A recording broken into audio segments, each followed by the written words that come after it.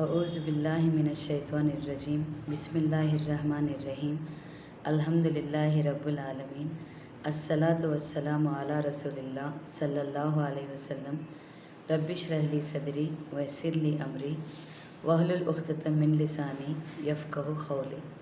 السلام علیکم ورحمۃ اللہ وبرکاتہ۔ سب جنوں کو تمہیں بھی یہ ویڈیو دیکھنے کے پہلے درود اور سلام پڑھ کو یہ ویڈیو دیکھنا شروع کرو۔ آج کا 5 منٹ کا مدرسہ کو اب چلتا ہے 4واں مہینہ ربیع الثانی کا 19 تاریخ کے بارے میں انشاءاللہ 10 حدیثیں آتی اسے معلوم کر لینے کی کوشش کریں گے۔ پہلی بات، اسلامی تاریخ کے بارے میں۔ حج کے موسم میں اسلام کی دعوت دینا۔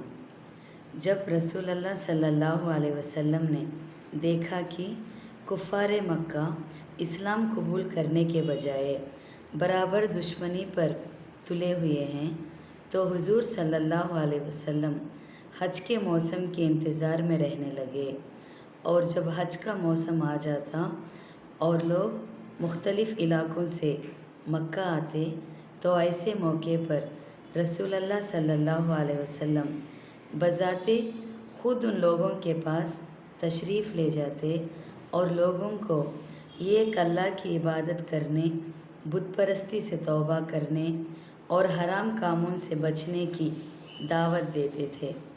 کفار قریش تمام لوگوں کے دلوں میں حضور صلی اللہ علیہ وسلم اور آپ کی دعوت کی متعلق نفرت ڈالنے کی خوب کوشش کرتے تھے۔ خود آپ کا چاچا ابو لہب آپ کے پیچھے پیچھے یہ کہتا پھرتا تھا کہ اے لوگوں، یہ شخص تم کو بتوں کی پوجا سے ہٹا کر ایک نئے دین کی طرف بلاتا ہے، تم ہرگز اس کی بات نہ ماننا۔ مگر رسول اللہ صلی اللہ علیہ وسلم تمام مصیبتوں اور ان کی مخالفتوں کو برداشت کرتے ہوئے لوگوں کو اسلام کی دعوت دیتے رہے اور دین حق کی سچائی اور شرک اور بت پرستی کی خرابی کو واضح کرتے رہے۔ بعض لوگ تو نرمی سے جواب دیتے، لیکن کچھ لوگ بڑی سختی سے پیش آتے اور گستاخانہ باتیں کہتے تھے۔ اسی حج کے موسم میں ایک مرتبہ قبیلے اوس اور خزرج کے کچھ لوگ مدینے سے آئے ہوئے تھے، جن کے پاس تشریف لے جا کر آپ صلی اللہ علیہ وسلم نے اسلام کی دعوت دی۔ ان لوگوں نے اسلام قبول کر لیا اور آپ کی مدد کا وعدہ کیا۔ دوواں قصہ، اللہ کی قدرت کے بارے میں۔ بحری میت تو ڈیڈ سی بولتی انگلش میں، اس کے بارے میں۔ ملک اردن میں چھوٹا سا ایک سمندر ہے جس کو ڈیڈ سی کہتے ہیں۔ اللہ تعالیٰ نے قوم لوط کی بستیوں کو پلٹ کر ایک گہرے سمندر میں تبدیل کر دیا، جس کی پانی کی سطح عام سمندروں کے مقابل 1300 فیٹ گہری ہے۔ اس کی بڑی خصوصیت یہ ہے کہ نہ کوئی جاندار اس میں زندہ رہتا ہے اور نہ کوئی ڈوبتا ہے، جبکہ دوسرے سمندروں میں جاندار چیزیں بھی ہیں اور جاندار اور بے جان چیزیں اس میں گر کر ڈوب بھی جاتی ہیں۔ 3واں قصہ، ایک فرض کے بارے میں۔ سجدہ شو کرنا واجب ہے۔ رسول اللہ صلی اللہ علیہ وسلم نے فرمایا، جب امام 2 رکعت پر بغیر کھڑے کے کھڑا ہونے لگے، اگر سیدھا کھڑا ہونے سے پہلے یاد آ جائے تو بیٹھ جائے، اور اگر سیدھا کھڑا ہو گیا ہو تو نہ بیٹھے، اور آخر میں شو کے 2 سجدے کر لے۔ ابو داؤد 1036، مغیرہ بن شعبہ رضی اللہ عنہ کے ریفرنس میں سے۔ کیا خلاصہ کرتے ہیں تو شو کے 2 سجدے کرنا واجب ہے۔ تو نماز میں کیا تو غلطیاں کرے تو بیچ میں یاد آ گیا تو آخر میں سجدے شو کے 2 سجدے کرنا واجب کر کو۔ 4واں قصہ، ایک سنت کے بارے میں۔ سجدہ کرنے کا سنت طریقہ۔